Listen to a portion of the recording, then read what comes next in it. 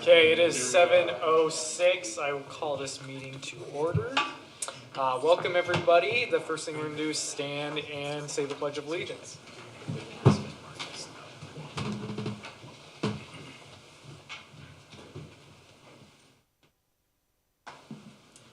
I pledge allegiance to the flag of the United States of America and to the republic for which it stands, one nation, under God, indivisible, with liberty and justice for all.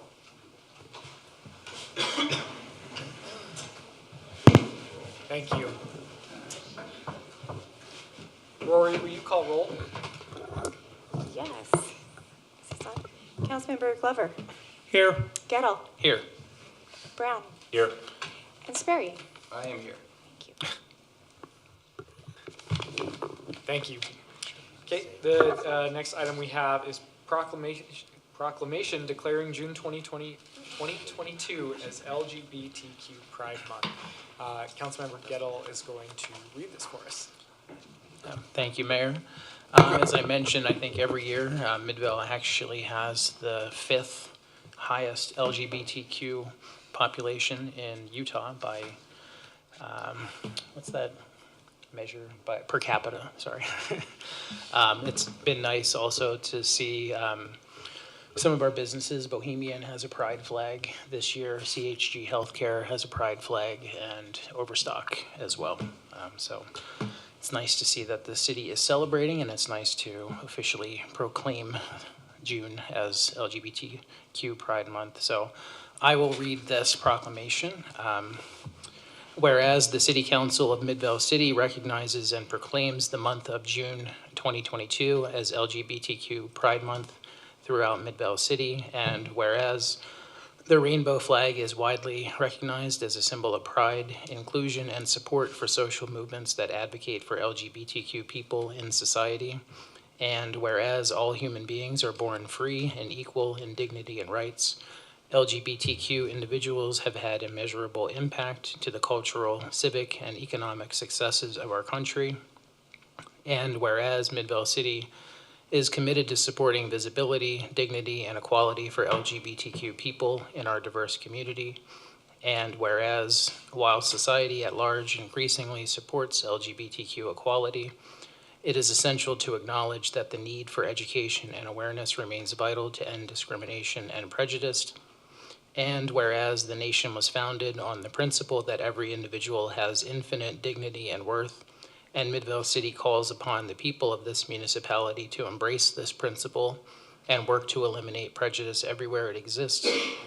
And whereas celebrating Pride Month influences awareness and provides support and advocacy for LGBTQ community, and is an opportunity to take action and engage in dialogue to strengthen alliances, build acceptance, and advance equal rights.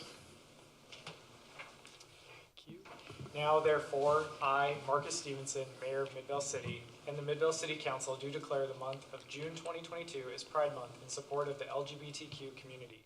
In witness thereof, I have hereunto set my hand and affixed the seal of the City of Midvale this 7th day, June 2022. Okay. Mayor, I failed to recognize that Councilmember Heidi Robinson will not be here this evening. Thank you. Thank you. We'll pass this down to work because we need Heidi's signature on this one. She's back. All right, we're going to move on to our Unified Fire Report. Chief Larson. And thank you, Councilmember Gettle, for reading that. Thank you, Mayor.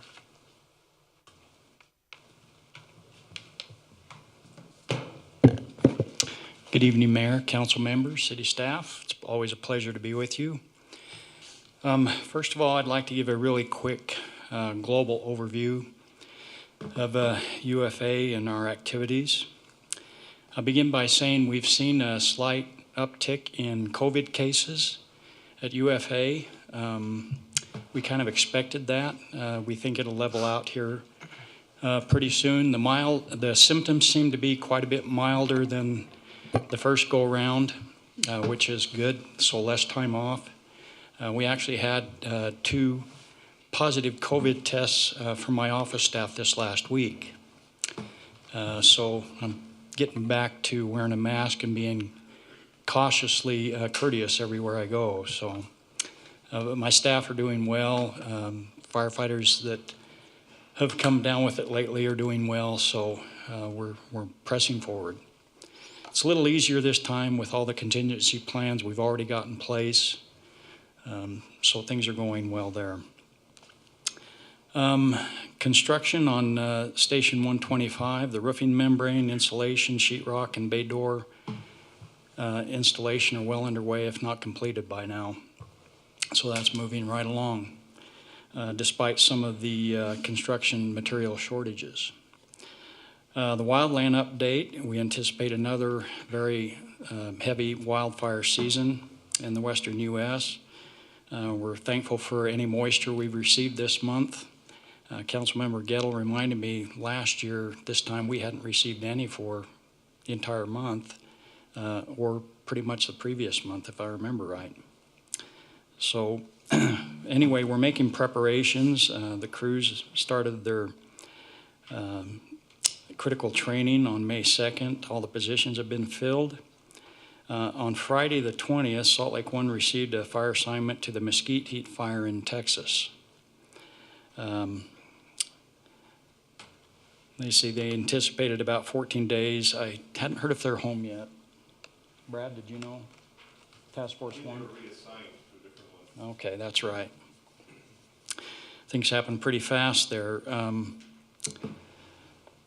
They're going to be focusing on mitigation work in the UFA service area, and they look forward to participating in chipper days, as they always do, going around some of the wildland urban interface areas and help clear out some of the dead brush and trees.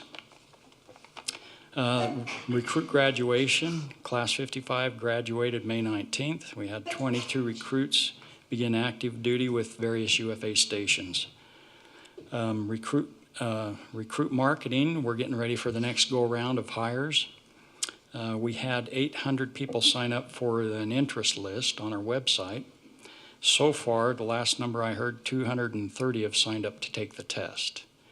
We anticipate 25 to 30 positions, and they're going to start the written test in July and the first part of August to process them further for training. The UFA board tentatively approved our UFA proposed budget on the 17th of May.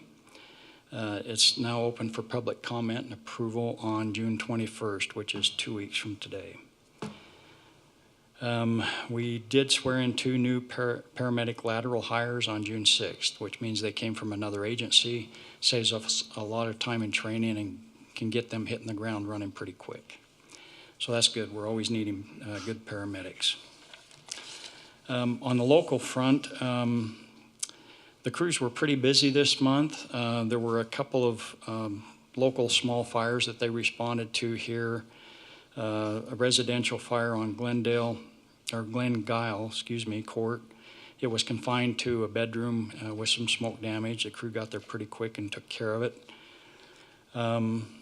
They responded mutual aid, I think 3 times perhaps, to Murray on a couple of pretty good house fires there, and they were able to give our other agencies some great assistance. On the 22nd of May, the Sunday at 8:53 a.m., a call came in for some rail cars. The first call came in that they were tipped over, which caused a great deal of concern, and actually it was 2 diesel tankers had just gone off the tracks. We had Heavy Rescue 117, Company 125, Hazmat 126, and Battalion 13 respond.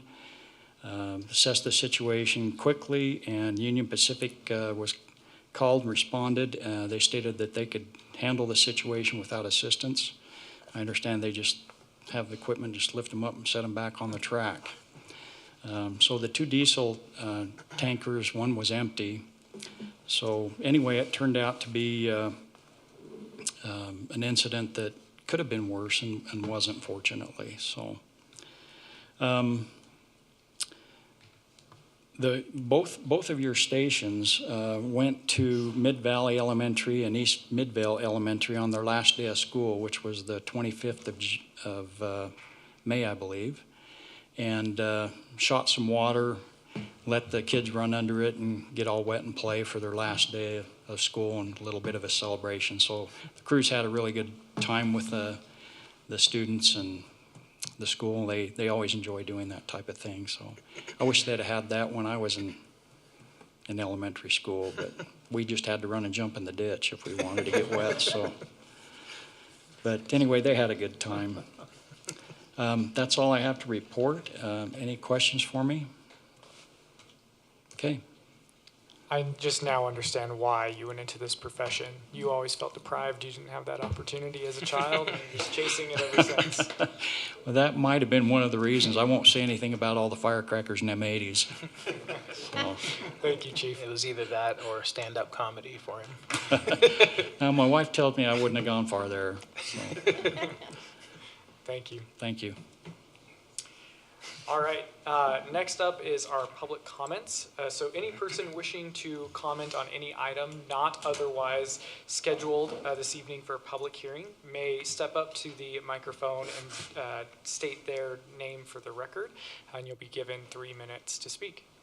Is there anybody who would like to give public comment? Hey, please come up. No, he's got to read. She's got to read.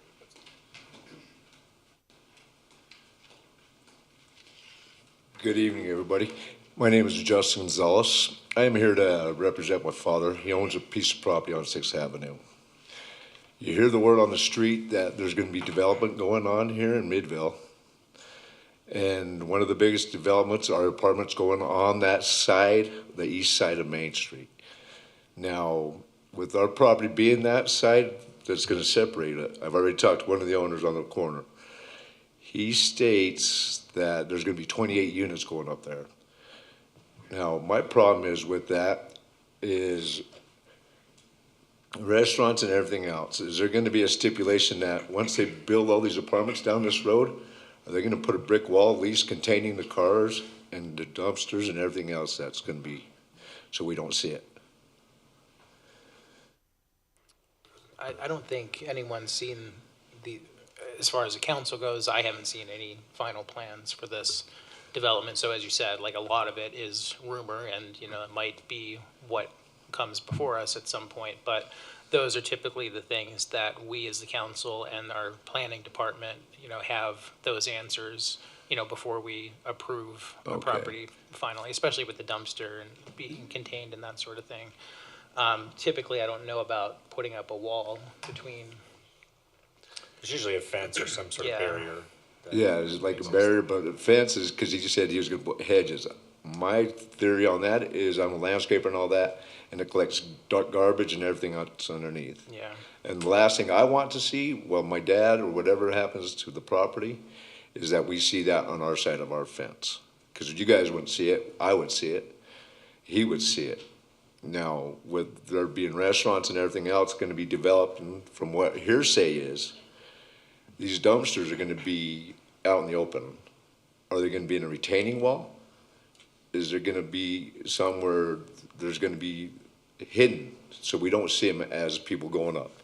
Not only that, our biggest thing is if it were to happen and if it goes into the works, where's all these people going to park? Nate, did you want to cover any of that? Well, first of all, at this time, we haven't received any So site plans, or we don't have complete site plans for what that is, so we can't address those Okay, specifically. so But with there that is, said, there, within the zone, it is called out how the parking works and how the screening needs to work and where dumpsters need to be, and what the parking requirements are. So that, once those plans come in, all of that will be reviewed to make sure that it meets the requirements of the zone. But it's hard to comment on a plan that we yeah, haven't I received yet. understand that. And when we get that plan or whenever it goes into effect, are the neighborhoods going to get aware of that, pointed out? The avenues. If you sign up for the email, on our website for planning and zoning, you will get the plans, emailed, right? Or at least the agenda. Because that's how I used to get it before I was on council, at least the agenda. So that would be one way to receive notice.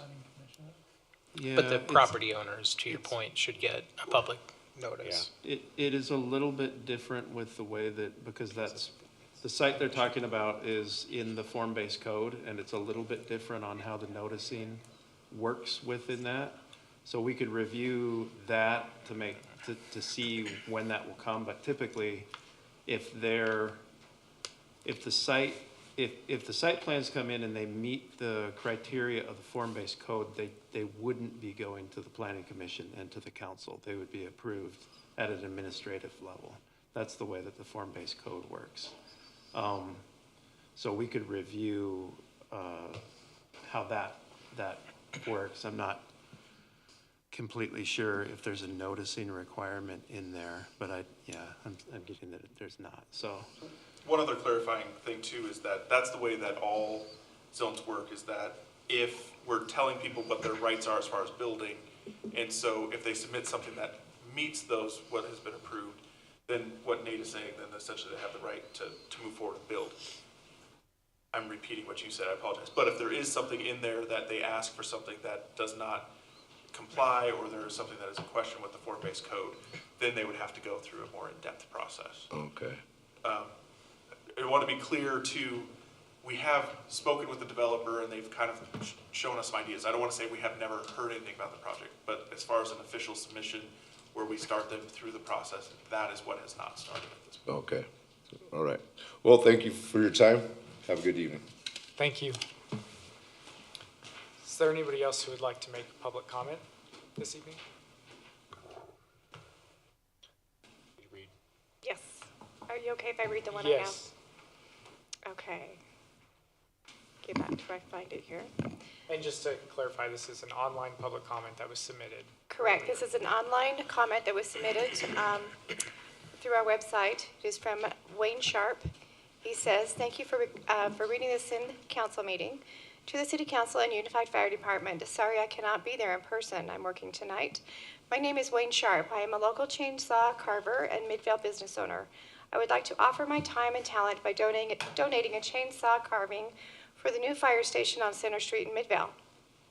It could be similar to this life-size carving I donated for the fire station on 7200 South. As a reference, I carved the police bear at the police station, the welcome bear at the entrance to this meeting room, which is out there, and the bench that's just right outside of here as well. The bench in the lobby of this building. Could someone from Unified Fire contact me to verify and discuss a plan if possible? If accepted, we will be looking for a big log, approximately 7 feet long, with a diameter of at least 3 feet. It would be great if it came from within the Midvale area. Wayne Sharp and his phone number." That's the only one I received, Mayor.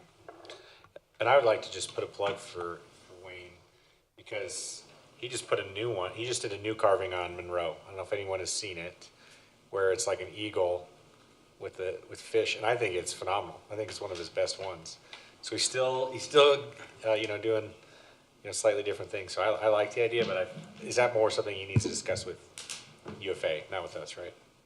Seems like we wouldn't have any say in that, other than just to pass it along Yeah. to them. Yeah, my basic knowledge on it is that it would be UFA's decision, and more so, do we take any stance in encouraging UFA to do it, not do it, or just, he can just go ask them on his own and stay out? I'm sure if he went to them, they'd probably be receptive to it. I don't have any personal stance on it myself. It's up to them. It's their. I think it's fine saying we don't mind it, but it's their building. I'm good with it. Okay. Me too. Thank you, Rory. Thank you. All right, moving on to council reports. Councilmember Sperry. I have nothing this evening. Okay. Councilmember Brown. I have nothing. Councilmember Glover. The only thing I have is for the Unified Police, for our officers. I had a young man that was pulled over for the first time ever in his life, and he had expired plates that he didn't know he had. And he expressed the appreciation to the officer that he was really polite, he was really nice to him, but he had a good feeling when he left. Usually when you get pulled over, you don't feel really good. So the police need to be told that they did a wonderful job. That's all. Thank you. Councilmember Gettle. Thanks, Mayor. A couple quick things. I wanted to thank Glenn, as I typically do during my council report. There was the issue I mentioned in our workshop. There's a few unhappy homeowners at the rooftops as far as like their backyard is dying, and I felt bad and said, oh my goodness, you should talk to your homeowners association about fixing that. Well, we maintain that for them, and Glenn, thank you for the information. The resident extends his thanks as well. We still have work to do there, as you know, but at least we know, I think we know now who to contact and just who is responsible for what, and that was the biggest mess in that particular area. Also, I've received a number of complaints with the road work that they've done heading south on Bingham Junction. They relined the road at the intersection of Bingham Junction and Center, or 7800. It looks really bad. I mean, I can't really sugarcoat it. It looks bad. There's a very dramatic where there was 4 lanes and a center turning lane as you approach the red light heading south. It just does this weird, like, very hard arrow, like, get over into this lane right now. So it's not the best work that's ever been done. I've told people to be patient because we've had these types of things happen before, and it's not the final form, if anyone watches anime. So hopefully, I don't know if Keith, you might know anything about that.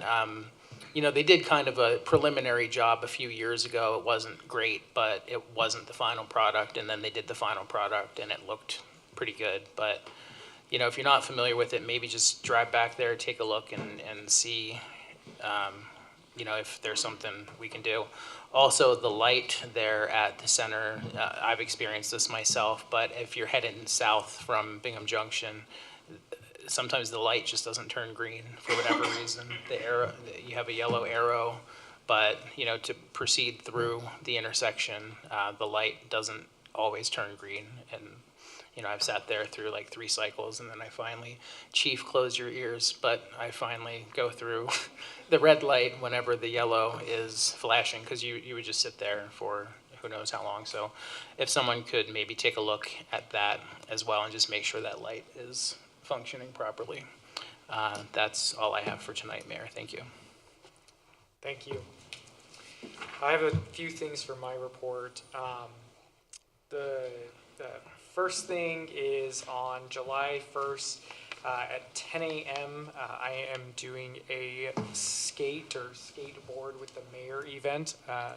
Pretty excited about it. So at Copperview Skate Park, been working with a group, a little nonprofit, I shouldn't say little, they're a national nonprofit, they operate here in Utah, called Chill Foundation. They do youth empowerment for low-income and at-risk youth through board sports. So they do a snowboard program in the winter, a skateboard program in the summer, and then in other states they do water programs as well. So I've been talking with them before I took this office, actually. I was looking to volunteer with them, and we decided to try to work on a project together. So they're going to do one of their programs this summer. That's a 3-day program at Copperview Skate Park specifically for Midvale kids. The way that they operate is they work with groups. So they go to the Boys and Girls Club or to schools, and then those schools come and bring kids to it. So we've got some kids signed up. And then on that last day, we're going to do an open to the public Skate with the Mayor event from 10 a.m. to 2 p.m. We have a professional skateboarder. His name's Tyson Bowerbank. He lives in Salt Lake City. I, as the kids say, dropped into his DMs on Instagram and asked him if he would come. And to my surprise, he responded and said yes. Really excited about that, and hope that we get some, just geared towards a family event, get some kids there. Also, Chill will be doing skateboard instruction to kids during that 2-hour time period if they want to participate in that. and the professional will do a little demo, show us his skills. The other thing I want to note is we've got Cody Hill in the back. He just had his 4th kid. Just wanted to quickly say congratulations and put him on the spot there. For some reason, he's here. Still can't figure that out, but welcome. Wait, did it happen Cody. today? No, last week. Oh, okay. Late last, early last. We do have a It was very recent. paid paternal leave program. I don't Yes. know if you've heard about it. My last thing I want to mention is between the last time that we met and today, we unfortunately had one of our employees pass away. Bevan Paskins, he had worked for the city for about 2 years. Matt and I, along with many other city employees, went to his service, his celebration of life. It was great to be there and meet his parents and his family, his daughter.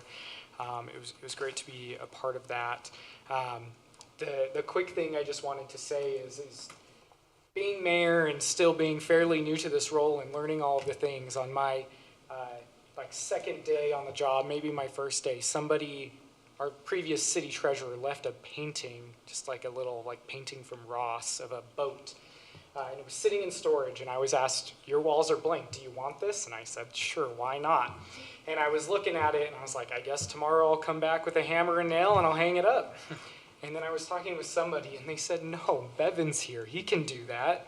And it was this odd realization of, oh yes, the city has people to do these things. And Bevan was a great guy, and the few interactions I had with him were always just incredibly positive, and it's a really sad loss for the city. That's all I've got. You're up, Matt. Okay.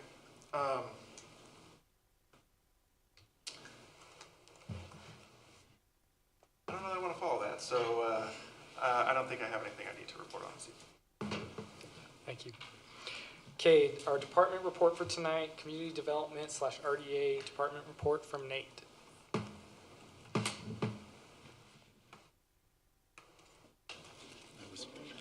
Really hoping Matt had something to follow that with, but thank you, Mayor and Council. Just, I wanted to just talk a little bit about the mural festival that we have coming up. So this has turned into quite a big event and is something that I think Midvale can take a lot of pride in once they see some of these murals going up. So this will happen on Saturday, June 18th. In the week leading up to that, we will have muralists on several walls. So we actually put a call out to artists and had about a little over 120 muralists apply. And through that, we were able to narrow that down to 22 artists doing 18 walls. And then we also have 2 commissioned artists on some of the bigger walls. So there'll actually be about 20 walls that will be being painted on it that week. 6 of them are Midvale artists, 2 of them are new muralists, so we're giving an opportunity. 4 of them are out of town, or not out of town, out of state, but the rest are Utah muralists. But we really did get the cream of the crop applying for this and are gonna have some incredible artwork on Main Street. So on the Saturday, we'll have the muralists finishing up all throughout the street, and a lot of this is behind sort of the street in the parking areas. We'll have vendors there, food trucks there.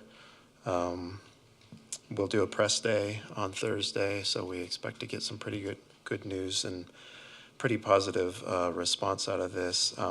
I don't know, I haven't checked this or verified this, but I'm just gonna say it. With 20 walls going up, I believe this will be the biggest mural festival in terms of how many walls are being painted at one time, which is pretty amazing.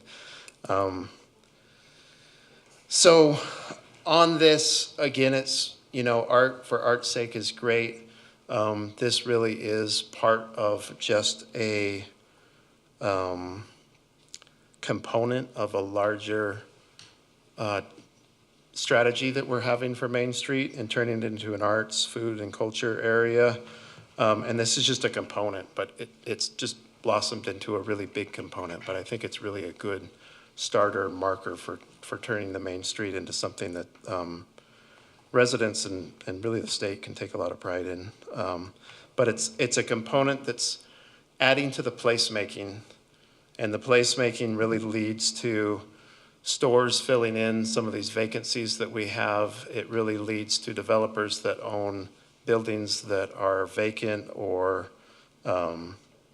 even condemned and need renovated, that as you make the place more attractive for businesses to come in, especially local small businesses, those renovation projects start to make sense.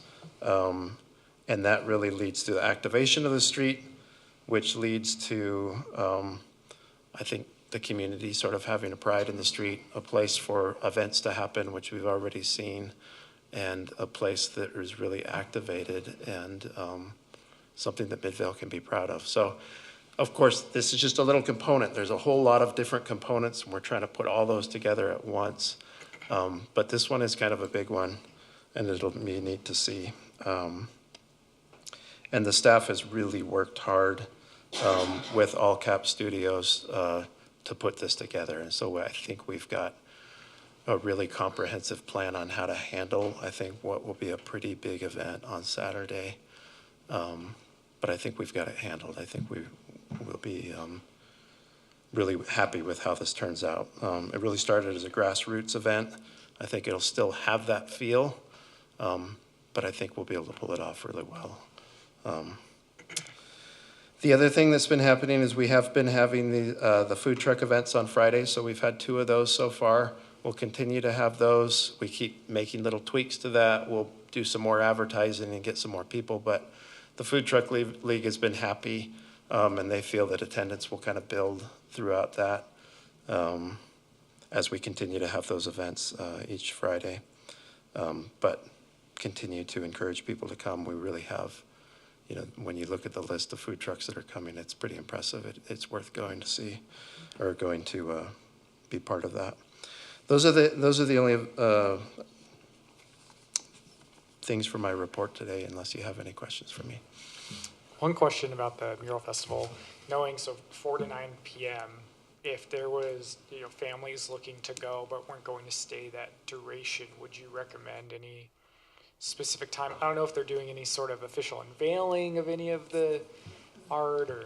I think a lot of the murals are going to be trying to finish so that they're finishing in that time period, but it really depends on how they're going on the wall. We've actually asked some of them to make sure that they're finishing there, because we want to make sure that people see live murals going up. But I think any time in there. I mean, the food trucks will be there the whole time.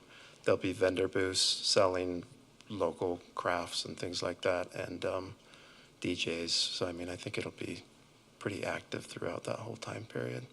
I don't know how to say when to show up to a mural event like that, because it'll be new That's for helpful. us. Just didn't know if there was anything in there specifically. We will. They are looking in. I think it was last time that council talked about, is there a ribbon cutting or is there something? So All Caps is trying to plan some sort of ceremonial sort of thing that the mayor or any of the council members want to be part of, that they can put. I'm not sure exactly what it will be, if you're putting paint up on a wall or something like that, but we'll get more details on that as they kind of figure out how to plan that. That'll probably happen closer to 4 at the beginning of the event. Nate, I had mentioned a brick painting ceremony, I think is what I called it, because it's not very creative. But I did mention that to Brigham or Elias. One, I honestly don't know. I still don't know which one's which, but they indicated that they thought that was a great idea, and they just have to work out the details. So if council is available for that and are able to paint a brick, basically they would say, here's a paintbrush with the paint, here's the brick, just go do this. And I said that I could probably do that, and it's about the extent of my painting ability. But so I can read. I don't know if I don't want to duplicate efforts. If you are No, that's what they were. That's Okay. where that was coming So from. I'll- So they're planning on that. So yeah. I'll reach out to them and just ask what time Yeah. that they would like us to meet for that. I think they're gonna do that on the back of the art house, so there's a spot that there's a Okay. mural going in there, so it's a good. And I just had a question for you. So every mural that they're doing, we've seen a concept. No. Okay, so it could be interesting. Well, every artist has signed an agreement that has our mural standards in it, so they've all agreed that they're going to follow But that. we know that artists like to push the envelope and a lot, so that could be fun. We'll have the police chief just walk around, take a look, Yeah, make but- sure. It's But- just meant to stir emotions, whatever Yeah. those emotions are. Well, one If of they the, do violate him, what, We could paint over it. Paint I mean, it's over it e- right It's away, easy to paint yeah. over it. well, one of the first murals that we did, we talked about it for several years, and then we got a picture, and it was, a little risque as far as I was concerned, but. You don't like minors? No, it was the other one. So it was the other one that went up. But the good thing is, public art is meant to cause conversation amongst people. So sometimes a little risque is okay, in my mind. Anyway, sorry. like a whale? Whale whale. brings a lot of Come on. conversation. Can we get away? Thank you. Thank you, Nate. All right, moving on to our public hearing for the night. Did we? Yeah. Okay. We just have one public hearing tonight. Public hearing to receive public comments regarding the Midvale City final budget beginning July 1st, 2022 and ending June 30th, 2023, including salaries for statutory and elective officers, employees, and other positions within the city, as well as the fiscal year 2022 Midvale Municipal Fee Schedule, including utility rates. Is there a motion to open the public hearing? Mayor, I motion we move into a public hearing. Second? Okay, we have a motion and second. All in favor, please say aye. Aye. Yes. Okay, thank you. And we will turn it over to Mariah. I think Matt is gonna start us off. Does anyone really want that at this point? I'll probably just misquote something here in a second. So just a little bit of this is going to be a repeat from what we discussed at the earlier meeting. And so just real quick, as the chief budget officer for the city, it's my goal to work with the council in order to try to put together the initial and tentative budget. Tonight we're discussing the final budget, but that doesn't change the fact that I want to make sure that we recognize, as always, the incredibly hard work that Mariah and Christian and Kyle and others have, including the members of all the departments who contributed requests for their departments, have put into this budget. Who's Kyle? Dead to us. No, he's got a week until he starts at Harriman, so, we hope haven't he's forgot him. relaxing. We haven't quite forgot him yet. But in that vein, as we put together the budget is a policy document that sort of speaks of the things that are our goals and aspirations for the following year. As we look at this budget, we can see that Bless you. Sorry. based on the things that have been added to the budget or based off of how much money we're dedicating to different things, it can kind of help prioritize or show what some of our goals are. So as we look through it, the biggest thing that we're funding and providing new money into this year is law enforcement. The increases that come for law enforcement are come out of a budget process with the UPD and their board, of which we are a member, and that sort of determines the size of it is in our budget. Now, as we go past that, though, we can see that supporting Midvale staff is important because of how we're looking at addressing salaries, maintaining basic services. This is to say that we have not put excessive funds into the budget in order to expand the services that we're doing, as much as we're trying to find a way to just continue to provide the high-quality services that we provide currently. And then in addition to that, we'll continue to support the neighborhood organizations, projects, and events that we have. So that is continuing to support the Arts Council, the museum, Boys and Girls Club, CBC, and some of the scholarships that we provide, as well as providing funding for the community garden and other events and projects. It also shows that we are showing an interest in, or putting away money to invest in recreation in the city, as well as investing in infrastructure. Things that will ensure that we maintain a stable, safe, and secure city into the future. Now, part of the reason I'm going through and talking about those things and what our budget says in that way is that I know there's been some discussion about the property tax, and as Mariah will get more into the details about what we're proposing, we are proposing an 8% property tax. Now, what that does is it allows us to accomplish these important but modest goals that that I just discussed.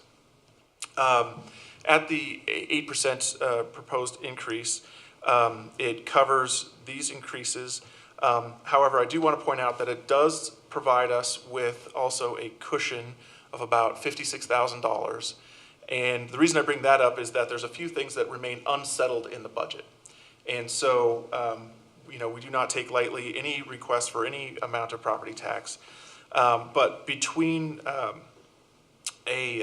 different mandates and things that are coming from the state that we do not currently have a way of quantifying or haven't yet, like, for example, the impacts of trying to address the auditor's fee alert that they put out, and some of the changes we'll need to do to try to address that, which we're still working on, as well as changes that they've made for the salaries to the judicial assistants. And then finally, as of tonight, as we're proposing this and talking about it, the UPD budget has not been finalized yet. And so while we believe that it is more likely that it will come down in some amount at this point rather than going up, we are moving forward with this 8% proposal because we believe it not only covers the things I mentioned before, but provides us with some flexibility to address these issues that we know are going to have some amount of cost in the upcoming year. So that is just a really quick overview. For the details, though, I'll turn it over to Mariah. Did I forget to mention anything that we discussed earlier? Nope. Okay, thank you. So this is all going to look very familiar from the tentative budget because we were so lean with the requests. Anyways, there were not many changes to be made. So for the final budget, this is the city's estimated revenues and expenditures for July 1st to June 30th of next year. A final budget is presented for each fund here, and it's been prepared by the finance department and Matt as the budget officer. And then a final budget will be adopted after a tax rate is adopted. So whether that is that we move into truth and taxation, have a public hearing, and then adopt the tax rate, then we'll adopt the budget after that, or if you wanted to adopt the certified tax rate on June 21st, then we would do that and adopt the budget with having made the appropriate cuts. So the total revenues for the general fund are $25 million. This is 11.2% increase from the amended fiscal year 22 budget. New ongoing funds, about 2.2 million, and one-time available funds, 1.6 million. Our total expenditures match because they legally have to. And so, yes, there we are. Same increase of things. Here are the changes to the general fund since the tentative budget. We have decreased what we were proposing for the property tax increase by about $30,000. And then in the tentative budget, we didn't have the budgeted use of fund balance for the one-time costs, and so that now is included in the budget to balance it. In expenditures, the Unified Police Department contract has the increases that we didn't previously have with the tentative budget. So that $11.3 million is not the total member assessment, because after your guys' conversation with Kyle about the UPD budget, then we've put in about $433,000 of one-time funds from the precinct fund balance.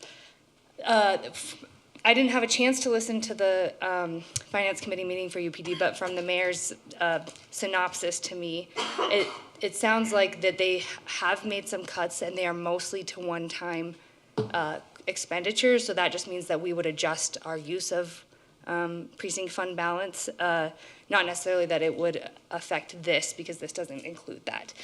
However, it sounded like maybe they did have they are going to maybe include one thing that might sway that $10,000 that is an ongoing cost that we would want to include in this budget. The court, as Matt talked about, they The AOC has come out with market adjustments for digital assistants, and we will want to match that.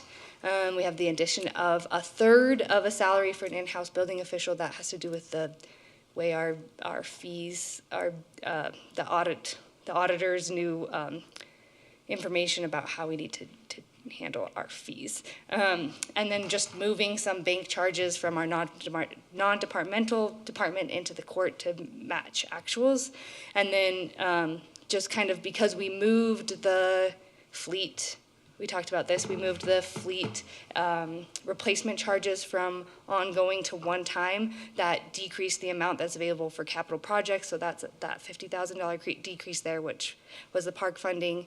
And then we had a different, our Utopia pledge was slightly less, well, not slightly less, $140,000 less, which was helpful. And then we didn't have built in really all the increase that we needed for gasoline. And so that those operating costs for vehicles are distributed throughout the departments. And so that increase of $22,000 for gas was distributed between departments in the general fund. The rest of this information in the general fund is what you saw before. The 70% of our revenues in the general fund are taxes, and most of that is sales tax. So the property tax we're increasing by 9.6%. That's the 8% property tax increase, and then 1.5% growth is what we're projecting. Our sales tax increased 12%, no change to our permits and plan fees, and then we do have that additional $445,000 from HB 440. So here's more of the information on the property tax increase. So with the increase, our total property tax revenue would be $2.9 million. Like I said, that's the 1.5% from growth, and then 8% proposed property tax increase. That's a decrease of $30,000 from $30,000 was from in the tentative budget.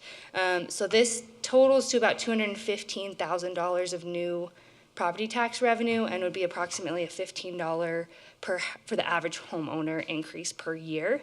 And so to move forward with this, the City Council will either pass a resolution to move into the truth and taxation process at next meeting, or if you don't want to do any property tax increase, then we need to know, and we can discuss this when I'm done with my presentation, but I do need to know what your intention is moving forward, because otherwise we'll get the certified tax rate, I think tomorrow is the latest information I have, but that would just keep us even, and so we would need to make $215,000 worth of cuts in the budget, and then we would adopt the certified tax rate and the budget on the 21st.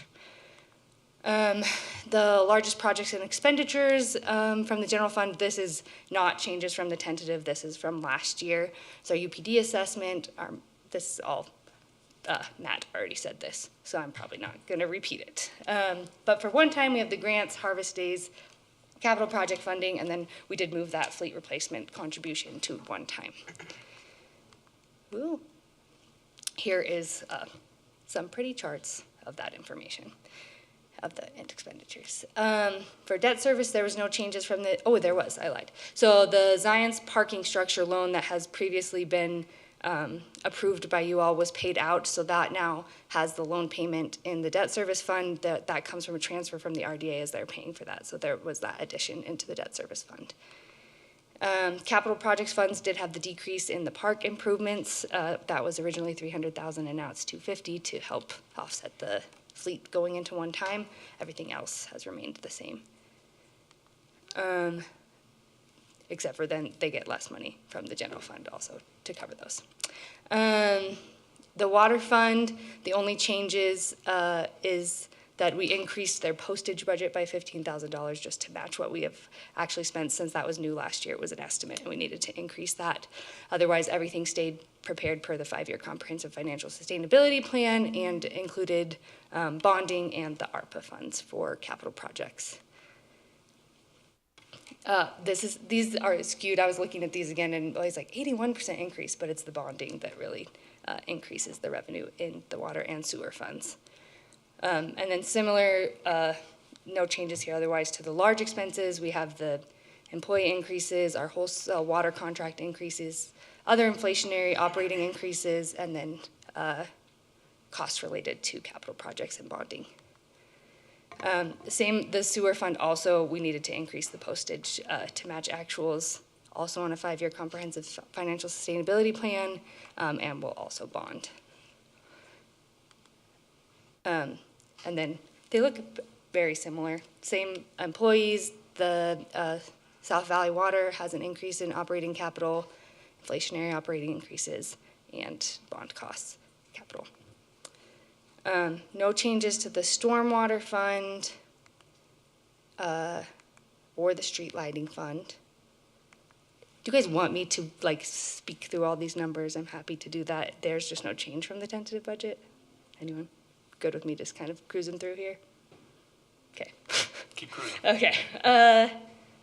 Yes. The fleet fund, the only change is that we did increase that gasoline budget. So all those departments in the general fund and the other enterprise funds pay into that. And so the actual increase in the expense for gasoline is in the fleet fund. And then no changes to the IT fund. Then also included in this budget, together but separate, is the fee schedule changes. So you guys had a redlined copy in your packet, but the only changes are that we updated the building rental fees, or other park, building. And so that, Kyle did a full analysis. He sent it to me on his last day. He worked up until the minute he left, I'm pretty sure.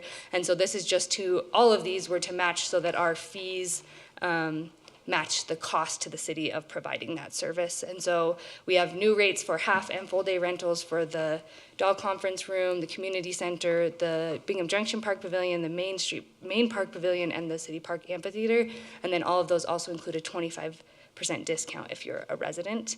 And then we updated the special event permit application to be $100 and the film permit application to be $320. Just again to reflect the work that goes into working through those. We actually decreased the traffic school cost from $25 to $20, and then the water and sewer rates were increased as were passed by the resolution 2021 R31 by you guys last year, and the garbage can fee increased 3.5% to offset some of the 7.1% increase from ACE for that contract.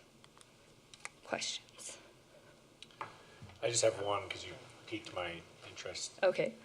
You mentioned the parking structure. Yeah. Do we have any ties or anything to the CHG one? Financially or anything, or We pass, they pay us and then we pay the state for it.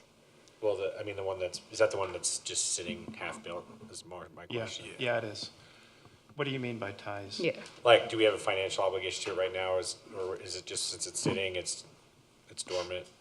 And We have within the contract, when we gave them the money, we have trigger points when we can require them to complete it, or there's other remedies in there that we could go to. The remedy that we would want, that we will trigger, is that they will complete it. Unless you want a half-finished parking garage. No, I want to trigger them to complete it. Yeah, so that's coming up. We gave them a certain amount of time to do that, but they're getting closer and closer to that trigger date.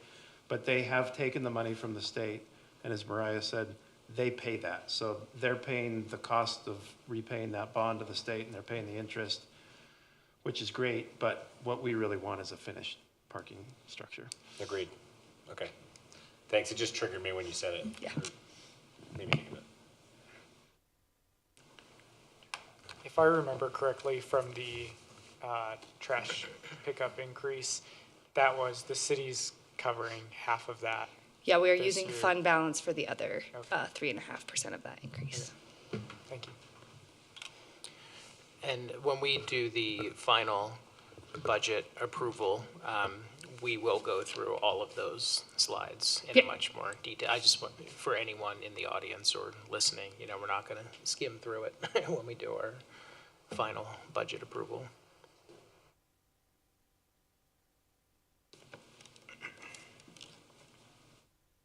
Thank you.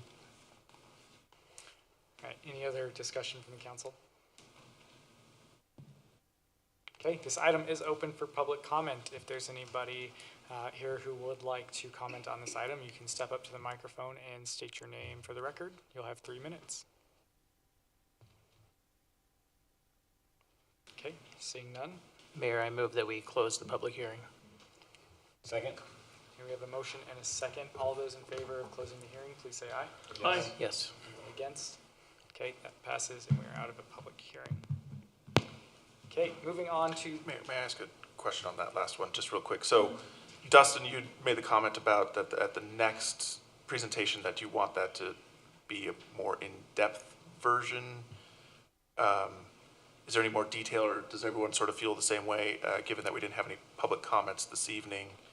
I mean, do you want it to be the full one that we would have seen at earlier, like with the tentative budget, or just a little bit more than what we received tonight? Does anyone have any?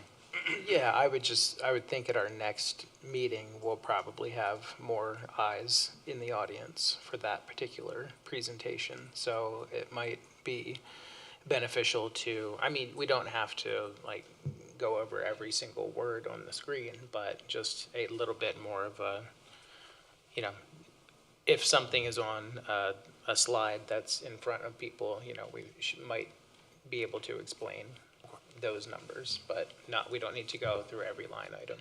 Okay, I just wanted to make sure that it was clear so that we could prepare for that next one. Does anyone have any other feelings or sentiments on that? I have a thought. I know that we have to be careful in how we word things, but I do think it could be good for any public attending if we, during that, had a, when in some of my first meetings, we have cheat sheets on all the acronyms used, but I keep thinking, like, you kept saying fund balance, and unless you work in this, you're not gonna know what fund balance is, which is just our savings. Yeah, I can put it in more layman's terms next time. I'll make sure it's I very. think even like a cheat sheet that we. Yeah, and maybe I'll Here's just, what these words mean. I'll condense the information so that it doesn't seem like too much. I realized I do need to know if you all have an intention, if I should move forward with a resolution to move into truth and taxation, or if you would like us to try to adopt the certified tax rate and pass a final budget next meeting. Well, I don't think we have a choice but to move into truth and taxation. I mean, we do, but it's not a very viable one. I'll just comment too, Mariah brought up the Unified Police Department, their Finance Committee meeting earlier today that I attended. This is where in the last year we've seen a $2.5 million increase from Unified Police. At this point, I mean, they are looking at cuts, but I think today they came out, I don't sit on the committee, but the recommendation to the full board was a cut of $188,000, and then they added in another $80,000, something like that. So it's a $100,000 cut. Yeah, it was because they were asking for some things to be funded by ARPA, and our request was you need to put that in the budget. And so it didn't, based on my very basic calculation that Mariah probably wouldn't agree with when she ran the numbers, was that it would cut our total member fee by a whopping $9,000, which is not going to cut out the kind of $2.5 million. And like I said, they cut So- one time but added ongoing. Yeah, cut one time, added on ongoing. So I don't think we're going to keep at the table there to see if there are other areas that can be cut back, but I'm not expecting it at this point. So it sounds like yes is the answer to your question. We should move forward with that, and if some miracle happens, then we can, spread the good news to every resident of Midvale that we don't have to go into that process. Okay, thank you. Okay, moving on to the consent agenda. 2 items, consider minutes of March 31st and May 17th, 2022, and consider resolution number 2022-R27, authorizing the mayor to enter into an agreement with Morgan Industries for 2022 to 2027 Midvale City Pavement Preservation Project. If you remember, Keith presented to us at our last meeting on that. Is there a motion to accept the consent agenda? Mayor, I move that we accept the consent agenda. Second? Okay, we have a motion and a second. Any discussion? Rory, will you call roll? Yes. Excuse me, Councilmember Sperry. Aye. Glover, Aye. Brown, Yes. and Gettle. Yes. Thank you. Okay, that passes. Thank you. Moving on to our action item for the night, consider resolution number 2022 R28 approving the official name of Midvale Fire Station number 125 as the Joanne B. Sagini Fire Station. We'll hear from Laura. Thank you, Mayor. As you may recall, the Unified Fire Authority reached out to the city wanting to know if we can solicit input to name the new fire station 125 that is going on Center Street just east of Main Street. Click this.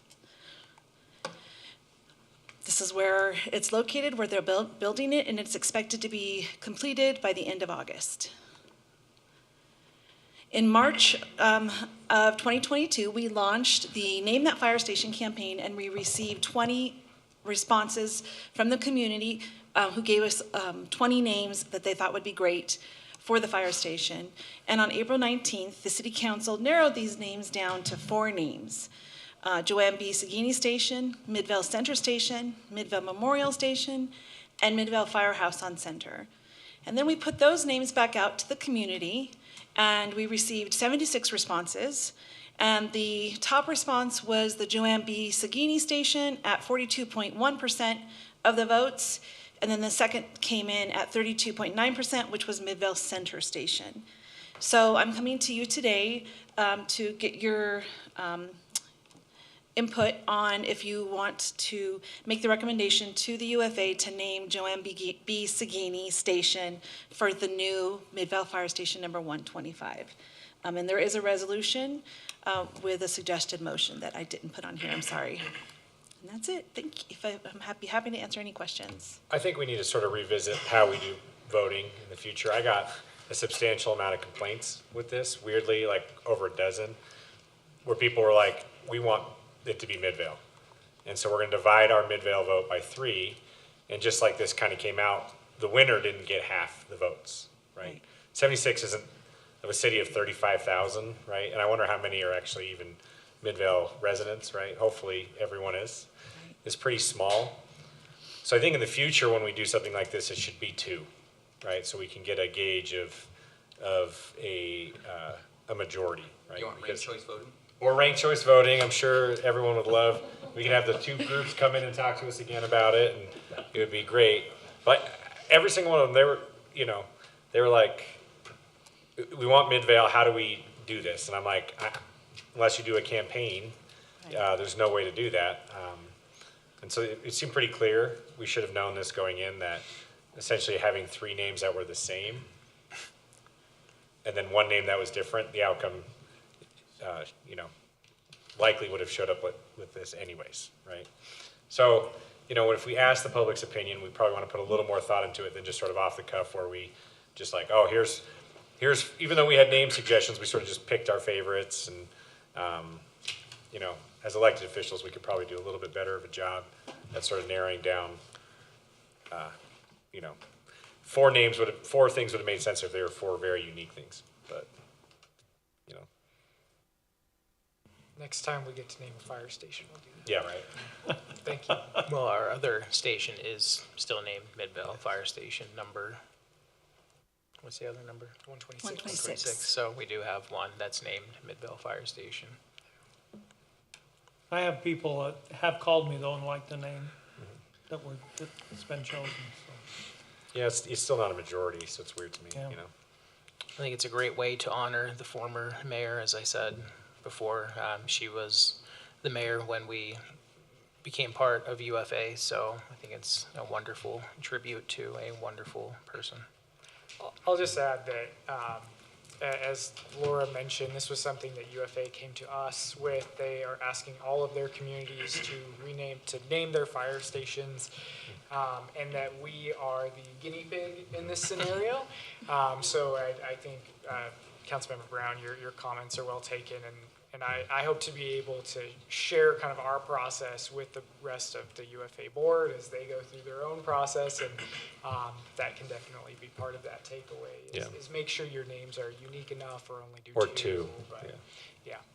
And just to be clear on that comment, we did name a road after her, and I was very instrumental in also naming the auditorium after her, right? So she's very well represented already. So it's not an insult to say maybe we should have thought of something else, you know, when we have a city of 35,000 people, right? That maybe there isn't just one person to name everything after, right? So. Is there, I mean, could we call it the Joanne B. Sagini Midvale Station, like to put the word Midvale in there? I mean, to me, I like Sagini Station because that's what people are gonna, at the end of the day, they're gonna call it Sagini Station, and it sounds nice.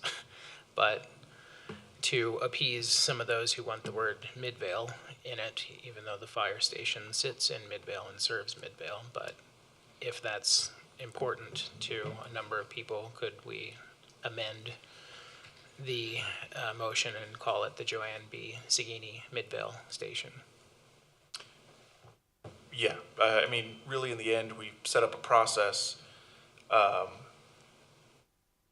think that if you were to make a change, I assume people would understand. Yeah.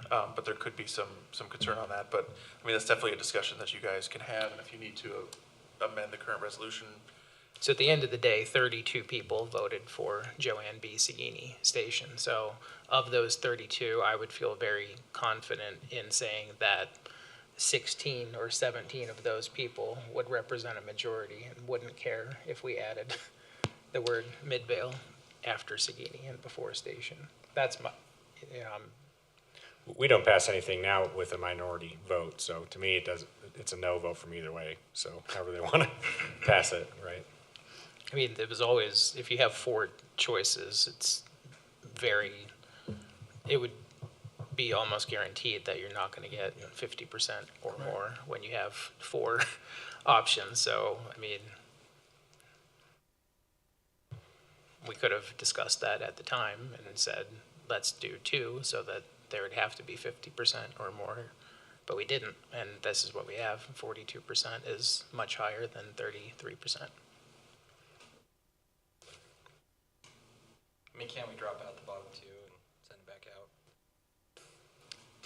out? I'm not sure we have time, because Niall Easton did reach out to me. Do you know the timing? Yeah, so they need to, because UFA needs to order the letters that would go on the building, they've been pushing us to get this done, so they can be prepared when it opens in August. Which we All right, how many coming people up need on. to write in and vote for one so we get over 50%? Just tell them. If that's what we're hung up on.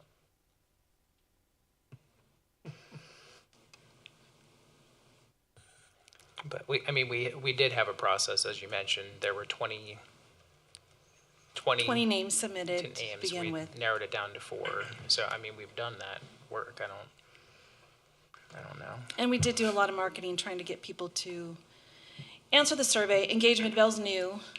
That's a different concern, Yeah. because I did see a lot of it, right? Like Yeah. I even tried to get people engaged and whatever. For only 76, we got to find a different way to get more, you know, if we want to use this more. But that's a different, you know, aside from this alone. I was expecting, 3 figures or more, you know, in the hundreds maybe. And you mentioned they need letters, so that just made me think, you know, if we put another word in, does that, so now we need Joanne B. Sagini Midvale Station, even more letters. Is that going to be was there a... I would recommend that in the motion, if you want to add Midvale Station, that you would add if there's room for Midvale, because I'd honestly, they never told me the length that Yeah. it could be. There's like no max character that we know of. Or something. No, not that they told me.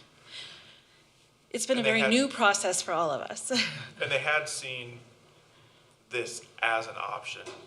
UFA had seen that and had said that it was okay, so Joanne Sagini, B. Sagini is a long name already, but they were okay with that.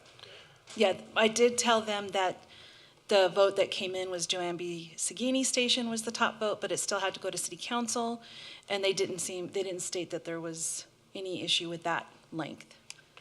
And I wonder if we could communicate to them. I mean, it's, you know, if it would say Joanne B. Sagini, one line, and then underneath it, Midvale Station, I think that would look good. And it would also incorporate the concerns of, 32 people and then another 20 people who voted. So.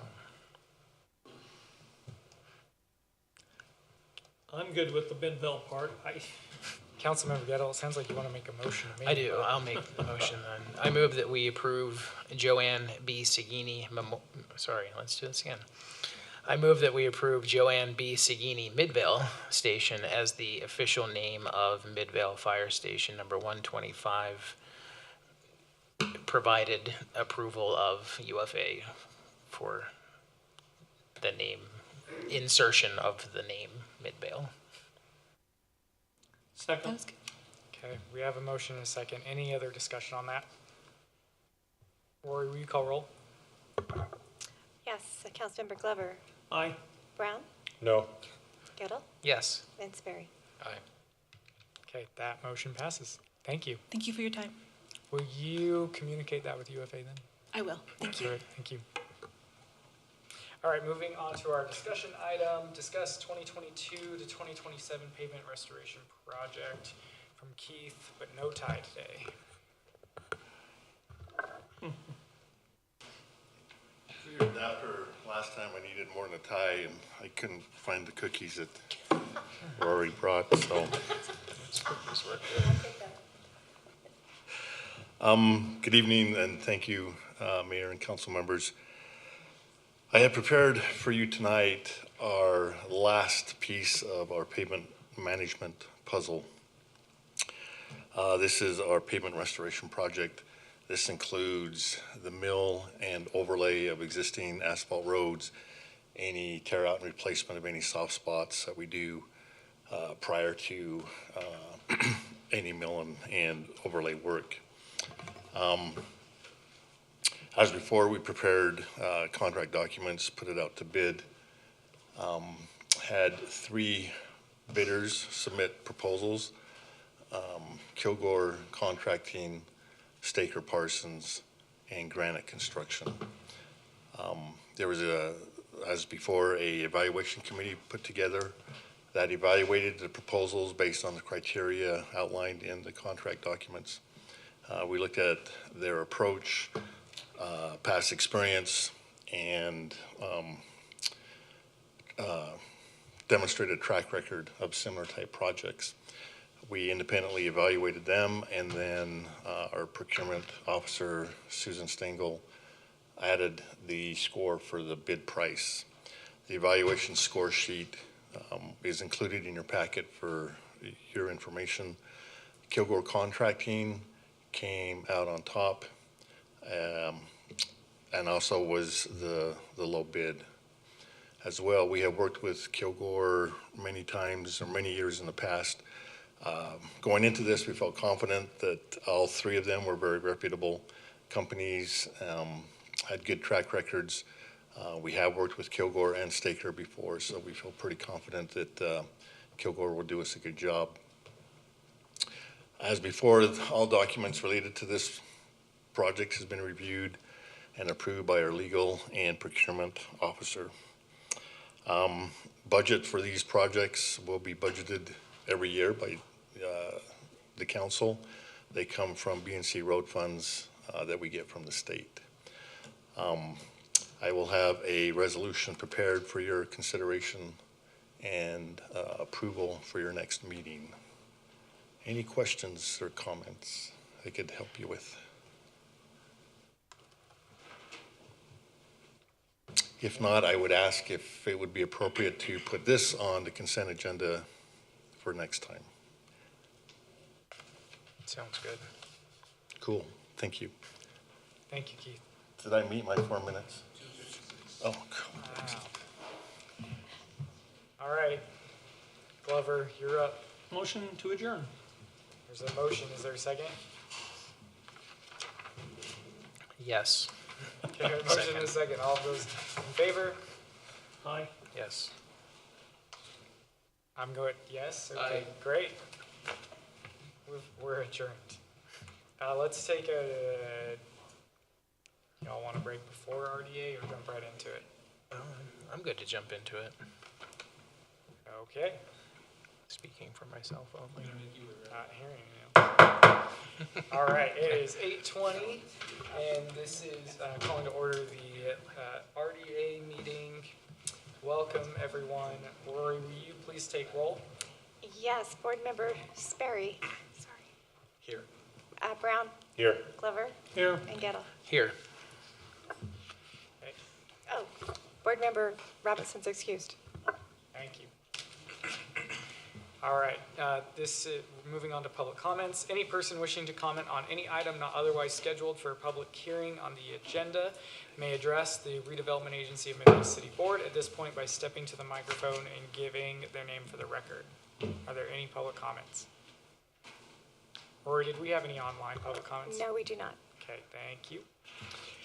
Moving into our public hearing tonight, public hearing to receive public comments and consider adoption of the Redevelopment Agency of Midvale City fiscal year 2023 budget beginning July 1st, 2022 and ending June 30th, 2023. Is there a motion to open the public hearing? Mayor, I motion that we move into a public hearing. Second. There's a motion and a second. Any discussion? All those in favor, please say aye. Aye. Aye. Okay, thank you. Go ahead, Cody. Thank you, RDA Board, and thank you, Mayor. The paternity leave, by the way, is wonderful. 4 weeks paid, and I'm taking it 8 weeks, half time. So I'll be here half the time for 8 weeks. So very appreciative of that and excited for the new baby boy. For the fiscal year 2023 budget, you approved the draft budget back in May. And we have a few minor adjustments to make to that budget. So we have just a $1,500 increase in expenses for operations, the admin fee, that's the fee that the city charges the RDA for office space, admin, operations, legal services, that kind of stuff. So just a slight increase there. The Jordan Bluffs RDA, what we did was we looked at the $5.5 million advance reimbursement that we made to Zion. We received that through an SIB loan, and that was listed as a developer incentive, developer reimbursement. That should be actually categorized as debt service. So we're basically just renaming that in the budget. So decreasing the developer reimbursement and increasing debt service, and then an increase in $40,000, $600 to Main Street for public art. And so those are just the few minor adjustments that we'd like to make to the fiscal year 2023 budget before it is adopted. So if you have any questions about those or any other items on the fiscal year 2023 budget, happy to address those. Any questions or comments for Cody? Okay. Seeing Okay, none. thank you. Thank you. All right, this item is now open for public comment. If you have public comment, you may step forward to the microphone and present your name for the record. Seeing none, is there a motion to close the public hearing? Mayor, I move that we close the public hearing. Second. Motion and a second. All those in favor, please say aye. Aye. Yes. Okay, we are out of the public hearing. Next, we have our action item, consider adoption of resolution number 2022-07 RDA Redevelopment Agency of Midvale City fiscal year 2023 budget beginning July 1st, 2022 and ending June 30th, 2023. So we know this says 3023 on the, at least what I have in my hand. Mayor, I move that we pass resolution number 2022-07 RDA and adopt the proposed fiscal year 2023 redevelopment agency budget. We have a motion. Is there a second? Second. Motion and a second. Any discussion? Rory, will you call roll? Yes, Board Member Brown, Yes. Gettle, Yes. Glover, Aye. and Sperry. Okay, that passes. Thank you. Moving on to our consent agenda, we've got two items. Consider minutes of May 17, 2022, and set date and time June 21st, 2022 at 7 p.m. for a public hearing to consider proposed amendments to the fiscal year 2022 budget for the Jordan Bluffs project area funds. Is there a motion to accept the consent agenda? Mayor, I move that we accept the consent agenda. Second. We have a motion and a second. Any discussion? Rory, will you call roll? Yes, Board Member Gettle, Yes. Glover, Aye. Sperry, Aye. and Brown. Yes. Thank you, that passes. Okay, our action item for the night, consider it and approval of resolution number 2022-08 RDA to enter into an affordable housing loan agreement with Sunset Gardens LLC. We'll hear from Maggie.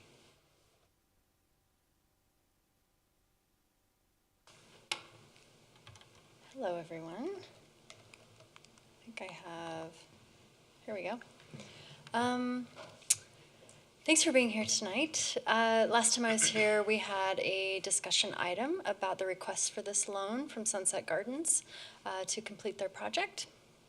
And this is just a quick overview of what we discussed. Again, it's an 89-unit apartment building for low-income housing. I think it's 50% AMI and below, which is going to fill a large gap of housing we have in Midvale City and across the state, really. The loan is for $1,700,000, and this is to finance the demolition of the existing structures and the construction costs for the project. This is contingent upon the senior funding sources being secured at closing. So this agreement is only really would go into effect after those funding sources are secured. The loan term is 50 years, which would coincide with the LIHTC extended use period, and would be at an interest rate of 1.5% annually. And unless there's any questions, well, our recommendation is that there's approval of the resolution, that we enter into this affordable housing loan agreement with Sunset Gardens LLC. Any discussion or questions from the council? Okay. Would someone like to make the motion? Mayor, I move that we pass resolution number 2022-08 RDA and approve a $1,700,000 loan to support the Sunset Gardens affordable housing development. Second. Okay, we have a motion and a second. Any discussion? Rory, will you call roll? Yes. Board Member Glover, Aye. Sperry, Aye. Brown, Yes. and Gettle. Yes. Okay, that passes. Thank Great, you so much. thank you. All right, and then one discussion item for tonight. Discuss proposed amendments to the fiscal year 2022 budget for the Jordan Bluffs project area funds. Cody. Great, thank you so much. So we're coming to the close of the fiscal year 2022 budget, and we have a final adjustment to make, $77,000 increased in expenses for Jordan Bluffs. Infrastructure improvements, that's related to trail improvements along the Jordan River Trail, and they need to be done this fiscal year. So we're looking to get that approved, just that $77,000 increase in expenses for trail improvements along Jordan Bluffs, that stretch of the Jordan River Trail there. And so that's really the only item that we wanted to propose here for this discussion. The Jordan River, that's already being worked on, is that what you're saying? Yeah. Yeah, so it's gonna be partially supported by the RDA, the Jordan Bluffs. Oh, because they've already started, right, so we have to approve this as soon as possible. I guess is what I'm getting at. Yeah, that would be helpful. I mean, Mariah would definitely. Like, how close are till they're done? I've actually had that question lately. They've been going good.